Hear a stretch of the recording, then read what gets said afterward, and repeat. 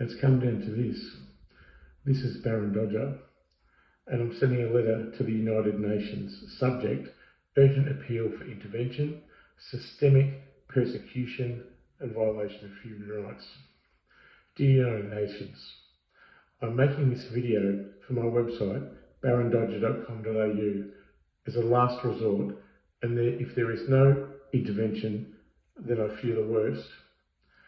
Even the federal court, in a rejected PID on false pretences, on the one hand acknowledges the imminent threat to my welfare, life and safety, whilst simultaneously refusing me whistleblower protection.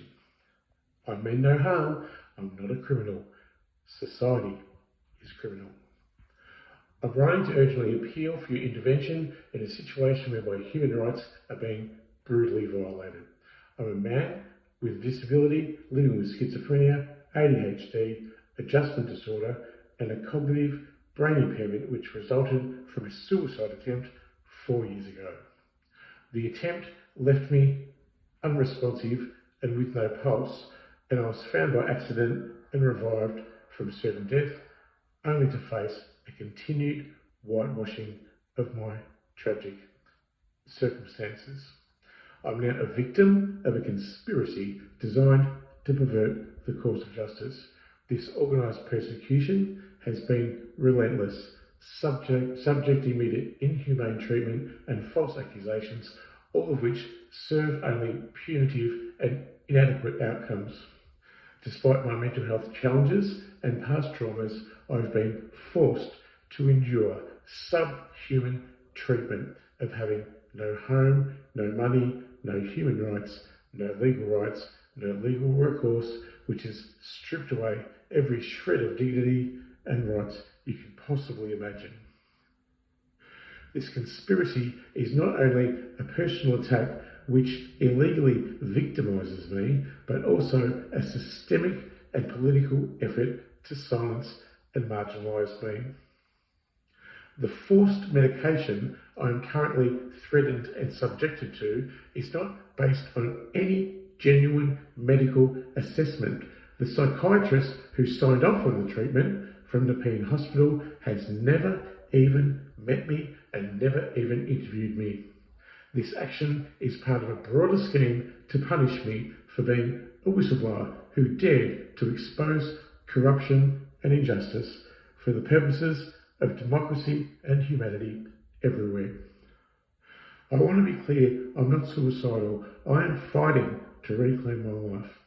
As a merit-based PhD scholarship graduate and mental health advocate of 30 years, who's even spoken in Australian Parliament, all over the radio and TV, on local, state, federal and international levels, I've worked tirelessly to improve the very society I live in, the same Australia that's now betrayed me.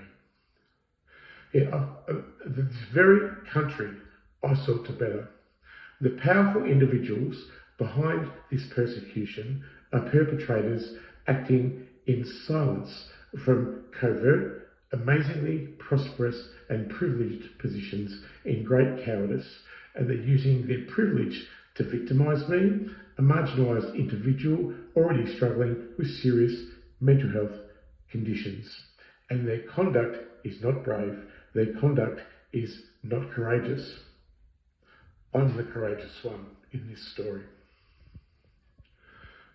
I've got a nominated person now, Paul B, and they can be contacted regarding this situation, and the hospital can contact them too, because I've been intimidated by an organised smaller conspiracy of the police, Nepean Healthcare Services, Liverpool Healthcare Services, Sasha Curry at the hospital, and the silent psychiatrist who I've never met, and all police who I've never been able to report a crime to, and IBAC and ICAC, the police oversight, the Ombudsman, the National Anti-Corruption Commission, even up to the Prime Minister. I'm banned at AFCA, the Australian Human Rights Commission, won't investigate documented human rights abuses, and the NDIS unnamed minister himself at the top of the NDIS, who I can't name, otherwise I'll go to jail, has intimidated me out of Victoria to live in exile in New South Wales, and I live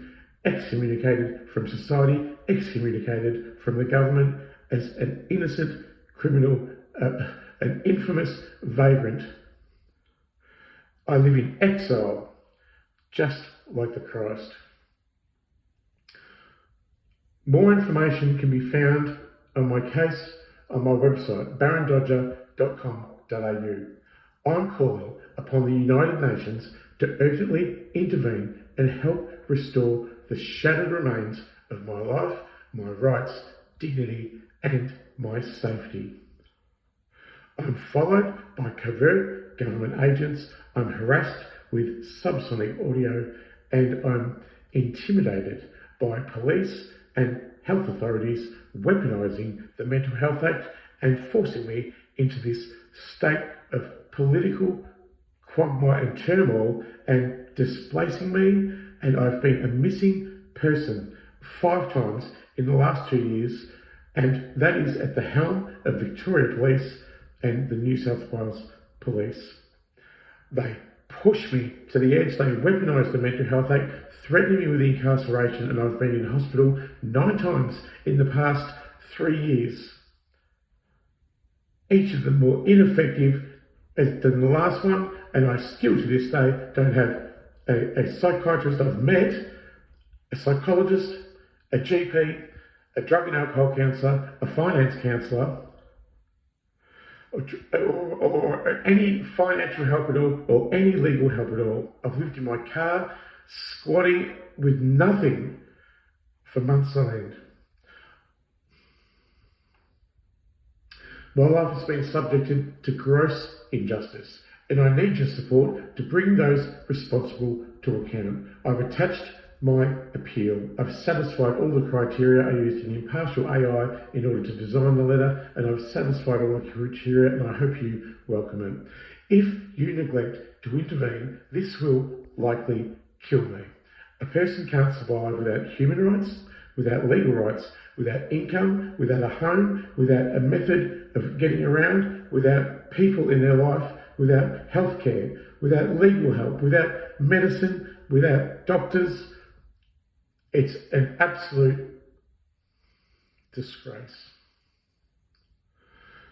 This will likely kill me if there's no intervention, and it's not due to my suicidalisation, but the prolonged neglect and abuse and the designed poverty, which is intentional, it's intelligent, and it comes high up in the federal government, because I am a targeted individual of the Australian government, earmarked for destruction, earmarked for death, jail, incarceration, and insane asylum, or into oblivion nowhere. You will be hearing from me, and if I do pass, these words will ring on the internet forever, and I'll die a martyr. So this persecution of me and enforced exile, again, is supported by the very agencies of enforcement, police, healthcare, NDIS, human rights, Australian Human Rights Centre, the legal fraternity, and every single politician and media outlet and public official in this country. My mum thinks I should call the NDIS. They'll help you, she says. And just like that, this catastrophic characterisation of me demonstrates how brutal and insipid and evil it is that it can break a mother's will to want to look after her firstborn son. And that's a demonstrable monstrosity of a situation that I'm in. I'm just about to head out.